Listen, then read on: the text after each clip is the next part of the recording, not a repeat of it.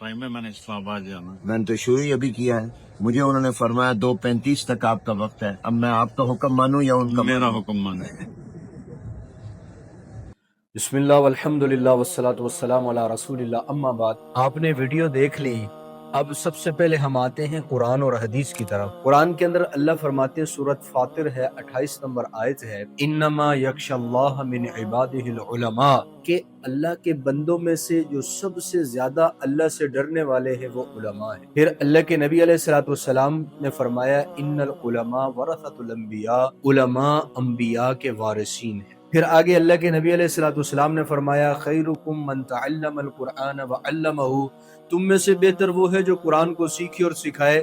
قرآن سکھانے والے کون ہیں؟ علماء ہیں. پھر اللہ کے نبی علیہ الصلوۃ والسلام نے فرمایا فضل العالم علی العابد کفضل القمر علی سائر الکواکب. ترمذی شریف کی یہ روایت ہے، عالم کی فضیلت عابد پر ایسی ہے جیسے چاند کی روشنی ستاروں پر غالب ہوتی ہے. علماء تو ہمارے سر کا تاج ہے، مگر علماء دور حاضر کے اندر وہ روش اپنا رہے ہیں، وہ طور طریقہ اپنا رہے ہیں جو عام بندہ اپنائے کرتا ہے. اب بجائے اس کے ہمیں عوام کو منع کرنا چاہیے. علماء بھی وہی روش اپنا رہے ہیں، علماء کرام بھی وہی طور طریقہ اپنا رہے ہیں جو عوام نے اپنایا ہوا ہے. عوام نے کیا طریقہ اپنایا ہوا ہے؟ بغیر تحقیق کے بات کو آگے پھیلانا. عوام نے کیا طریقہ اپنایا ہوا ہے؟ کسی پر کوئی بغض ہے، حسد ہے، اپنی اندر کی بھڑاس ساری اس پر نکال دینی ہے. محترم جمیل صاحب جلندری صاحب دامت برکاتہم العالیہ کو دارالقرآن فیصل آباد کے اندر مدعو کیا جاتا ہے اور دونوں حضرات وہاں پہنچ جاتے ہیں. جلندری صاحب کا بیان شروع ہو چکا ہوتا ہے، محترم جمیل صاحب وقت سے پہلے پہنچ جاتے ہیں اور محترم جمیل صاحب اس میں کہتے ہیں کہ حضرت مجھے ٹائم دے دے، میں نے اسلام آباد پہنچنا ہے. جلندری صاحب فرماتے ہیں کہ یہ آپ مائک لیں اور بیان شروع فرمائیں. مولانا نے گفتگو کی اور اس کے بعد مولانا اپنے سفر پر روانہ ہو گئے اور بقیہ پروگرام اور اس کے بعد دعا ہوئی. اس ویڈیو کو لے کر کتنے ایسے علماء کرام ہیں یار جو سروں کا تاج ہے، جنہوں نے ممبر رسول پر واضح و نصیحت کرنا ہوتا ہے، جو عوام کو درس حدیث بیان کر رہے ہوتے ہیں، جو عوام کو اخلاقیات کا درس دے رہے ہوتے ہیں. انہوں نے سوشل میڈیا کے اوپر جو طوفان بدتمیزی برپا کیا علمان ملافظ کہ بغیر تحقیق کے آپ بات کر رہے ہیں، الزام لگا رہے ہیں. محترم جمیل صاحب کے اوپر جس کو جو حسد تھا، جو بغض تھا، جو دل میں آ رہا تھا، اس نے اپنے وہی بغض، وہی حسد، اس نے اپنے اندر کی بھڑاس محترم جمیل صاحب پہ نکالی، چاہے تحریروں کی شکل میں تھی، چاہے ویڈیوز کی شکل میں تھی.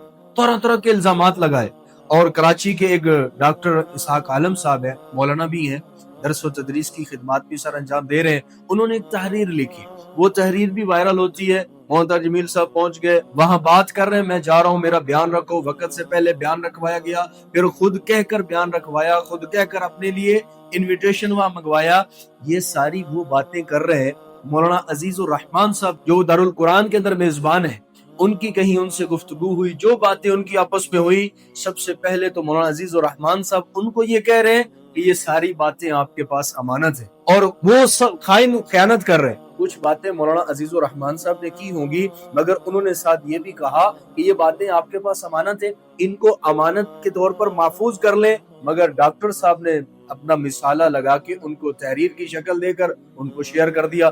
کتنی بڑی خیانت کی ہے ڈاکٹر صاحب نے. المجالس بالامان، اللہ کے نبی کا فرمان ہے کہ مجلس میں جو بات ہوتی ہے وہ امانت ہے.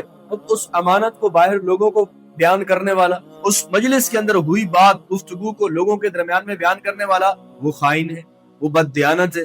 تو اس وقت ہمارے معاشرے کے اندر بددیانتی کا بھی ایک طوفان برپا ہے، اور جس کے جی میں جو آ رہا ہے. علماء کرام سے گزارش ہے، سوشل میڈیا صرف آپ نہیں استعمال کر رہے، نوجوان طبقہ بھی سوشل میڈیا پر جڑا ہوا ہے، اور آپ کی ہر ادا، آپ کی ہر تحریر، آپ کا ہر لفظ وہ نوجوان طبقہ پڑھ رہا ہے، دیکھ رہا ہے کہ ہمارے وقت کے علماء کیا کر رہے ہیں. اس وقت جو آپس کی چپکلسیں ہیں، اس وقت جو علماء کی توپوں کا رخ ایک دوسرے کی طرف ہے، حسد، کینہ، بغض، گالیاں، بد زبانی. سوشل میڈیا پر کتنے ایسی تحریریں موجود ہیں، ان کے نیچے کمنٹ موجود ہیں، اور کرنے والے وہ کون ہیں؟ علماء کرام. خدا کے لیے ہم قرآن کو سمجھے، احادیث نبویہ کو سمجھے، سیرت کے ساتھ جڑے. ہم امت کے اندر بٹوارا نہ کریں، امت کو مزید تقسیم نہ کریں، اور اب نوجوان طبقے کو اپنے آپ سے دور نہ کریں، بلکہ ہم وہ معاشرہ قائم کریں جس کی بنیاد اللہ کے نبی نے رکھی، وہ معاملات قائم کریں جو اللہ کے نبی نے سکھائے ہیں، وہ اخلاقیات لے کر آئے جو اللہ کے نبی علیہ الصلوۃ والسلام نے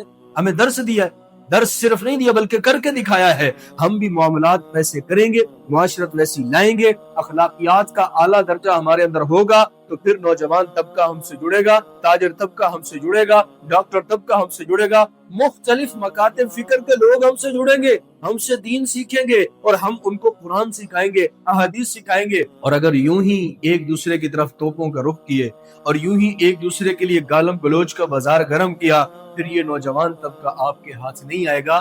غیر لوگ نوجوان طبقے کو اپنے پاس بلائیں گے, بیٹھائیں گے اور غیروں کے جو عقائد ہوں گے وہ ان نوجوان طبقے پہ منتقل کریں گے. تو خدارہ تحقیق کی عادت ڈالیں, تحقیق کریں حقیقت کا کتنا تعلق ہے اور اس بات کے ساتھ سچ کا کتنا تعلق ہے. اب جب تحقیق کریں گے 98% سوشل میڈیا پر جھوٹ چل رہا